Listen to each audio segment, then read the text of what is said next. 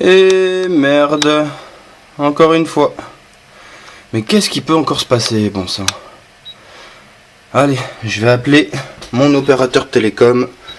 Parce que là, ça peut pas durer comme ça. J'en ai marre. C'est encore une coupure. C'est la coupure de trop. Voilà ce que se dirait la plupart des gens.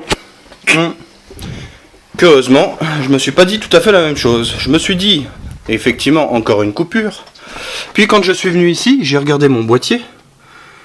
J'ai vu qu'il synchronisait pas. Je me suis dit, tiens, c'est bizarre. Tout fonctionnait bien. Je vais avoir une curiosité supplémentaire. Plutôt que de décrocher mon téléphone, je vais essayer de comprendre ce qui se passe. Eh bien, je vous invite à me suivre et nous allons essayer de découvrir ce qui se passe en recherchant la panne. Pour ce faire, ça va être très simple. On va suivre le câble téléphonique. Alors, je ferme la maison, excusez-moi. Hop.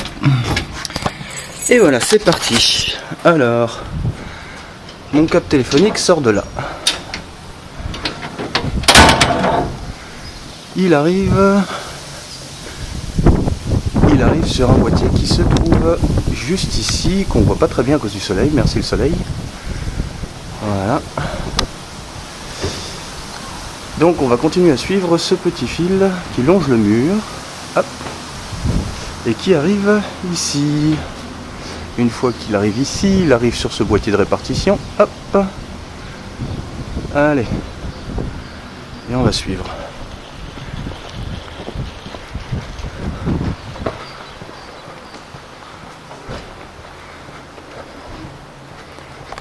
Donc pour ceux qui n'auraient pas compris, en fait, je m'amuse à suivre le câble de France Télécom depuis chez moi pour savoir exactement où est-ce qu'il va.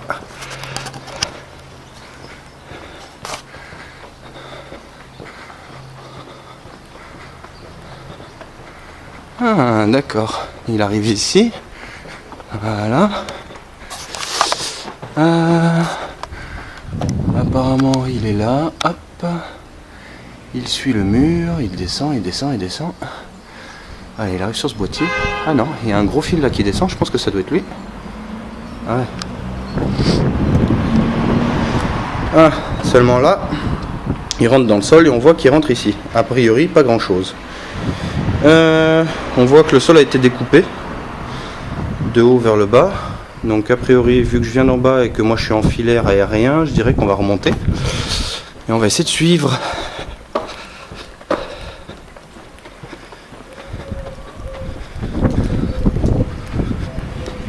Alors, est-ce qu'ils auraient fait descendre le fil pour le refaire remonter, pour le refaire redescendre? Ça serait illogique. Et puis de toute façon, chez France Télécom, on sait qu'ils aiment contourner les villages. Donc, on va suivre la route. On va suivre la route en la remontant. On va essayer de savoir. A priori, je devrais être sur la bonne piste. Il y a encore des petits boîtiers télécom. Enfin, des boîtiers. Ah. Je vois là-bas un véhicule qui semblerait être un véhicule de télécommunication. Allons voir. Je suppose qu'il doit y avoir quelqu'un qui travaille. Eh ouais, la DSL c'est pas tout le temps de la merde. Hein. A priori, si je me trompe pas, il y a bien quelqu'un qui bosse et qui est en train de changer nos lignes.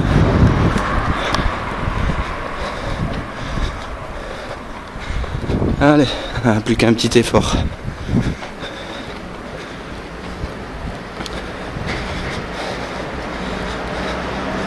Ah bah voilà. Regarde. Alors je vais pas filmer le monsieur parce que le monsieur il travaille.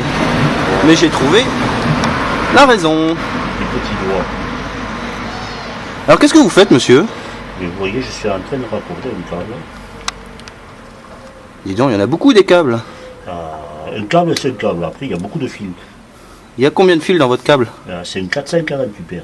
448 paires? Waouh. Ça fait pas mal d'abonnés ça. Ah oui, il faut multiplier par 2.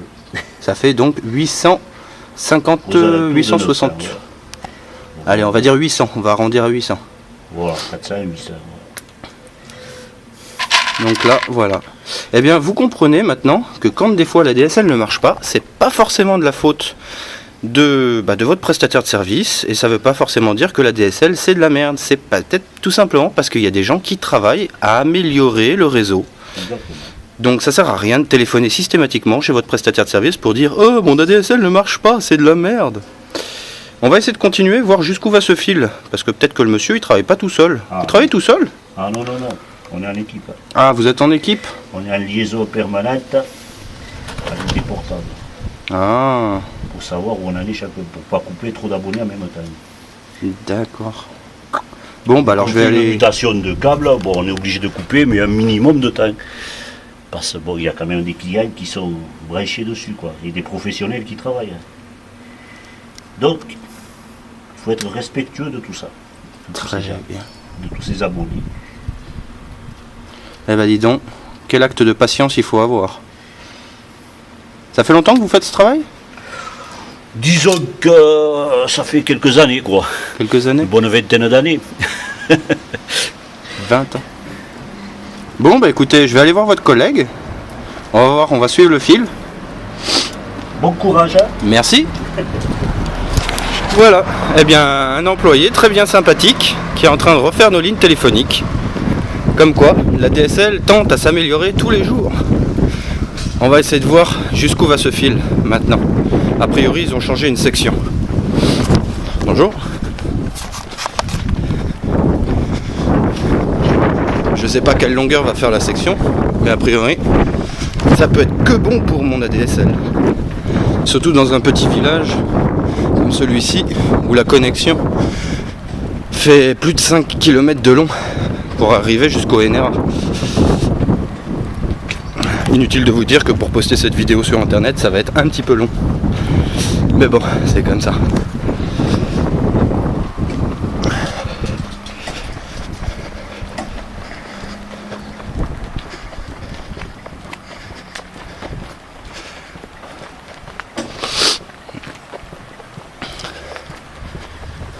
Ah, a priori, j'ai trouvé l'autre morceau de la section.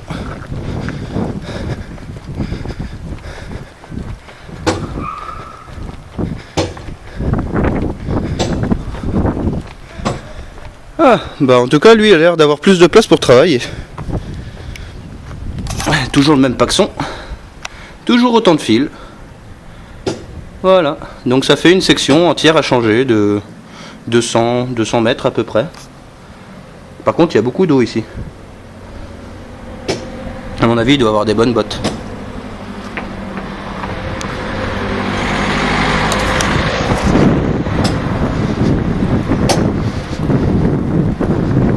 Bonjour. Je viens de voir votre collègue, j'ai discuté un petit peu avec lui. Je suis en train de faire une vidéo sur ce qu'est la DSL, comment ça marche et le boulot que vous y faites. À part d'aller dans des centres téléphoniques. Eh ouais. Parce que là, bon, c'est que du câble là. Eh oui. Là, elle passe à l'intérieur des câbles. Hein. C'est même pas de la fibre. Hein, c'est...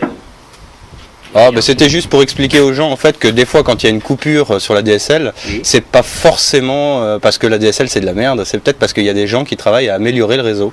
Mais comme là, on Comme passe vous. un bout de câble. Hein. Mais après, pour dire bon, que ça va l'améliorer si vous êtes vraiment, vous, particulièrement sur ce câble qu'on remplace. Ah oui, Ah, mais de moi je partie, suis oui. dessus, c'est comme ça que je l'ai découvert. Voilà. J'avais une panne sur mon truc, je me suis dit tiens je vais aller vérifier, voir où est-ce que c'est. C'est Et après, voilà. le temps qu'on recalcule la e-box, tout ça, bon, nous on fait les coupures de 20 minutes. Hein. Il m'a dit de recommencer à moins 5. Et moins 10. À moins 5, je rattaque. Hein. Je sais que parce que lui là-bas, il est plus gêné que moi. Et moi que j'ai les pieds dans l'eau, là, je l'ai plus facilement le temps. Et vous risquez pas de vous prendre une châtaigne avec les pieds dans l'eau? Et là, on a fait du 54 volts, c'est pas... 54 volts, c'est pas rien. Quand on a des lignes avec du 110 volts. Mais là, il y en a très peu de lignes. Ouais, pour le avec 110 numéris. volts. Hein. Pour numéris. Voilà, les numéris. Sinon, bon, quand on coupe, on a des pinces isolées. D'accord. Voilà. Comment Alors à on dit, 50 mais volts, ça si, fait quand même une châtaigne. Hein. Oui, oui, voilà, quelquefois. Alors, ça va, apparemment, j'ai rien pris. Bon. Apparemment, il coupe avant moi, donc il m'isole. Ah, il avant coupe moi. avant vous. Voilà, D'accord. c'est lui qui peut prendre les châtaignes là-bas. D'accord. Même le cul sur le bord du cadre en fer, il peut le foutre aussi. Ah bah dis donc, vous avez bien du matos. Mais il faut ça pour travailler. On fait du câble aérien, on fait du câble souterrain et... C'est quand que vous enterrez mes lignes? Sans enterrer les lignes. Non, pas les miennes. En grande partie. Il en faut, sinon c'est au chômage. Ouais. Oh, c'est pas de mal à veille. C'est pas de mal à veille le chômage.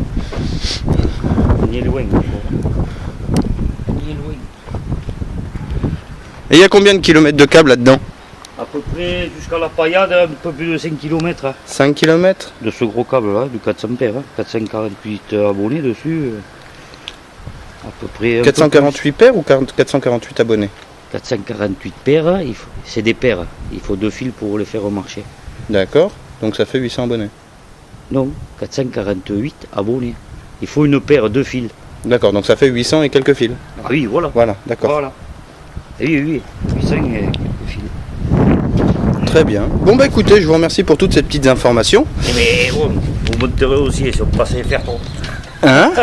Si on passait FR3 localement. Oh, vous allez peut-être pas passer FR3, mais au moins les gens comprendront que des fois quand la DSL est coupée... Elle est instantanée, on peut dire. Ah oui, là c'était instantané. Parce que quand on passe derrière les gitanes qui nous volent le câble en service, ah ouais, le temps, on n'a pas arrêté tout cet hiver. C'était des samedis, des dimanches... Mais ils vous piquent du câble là-dedans? Dans les trucs comme ça, ils vous piquent du fil? Les câbles en service en aérien, les câbles souterrains, ils prennent pas de gants. Des fois on est contrôlé par les gendarmes maintenant. Ah bah c'est pas plus mal. Mais voilà, mais nous on travaille honnêtement, on fait voir notre pièce d'équité, la carte d'entreprise, là c'est tout à fait normal.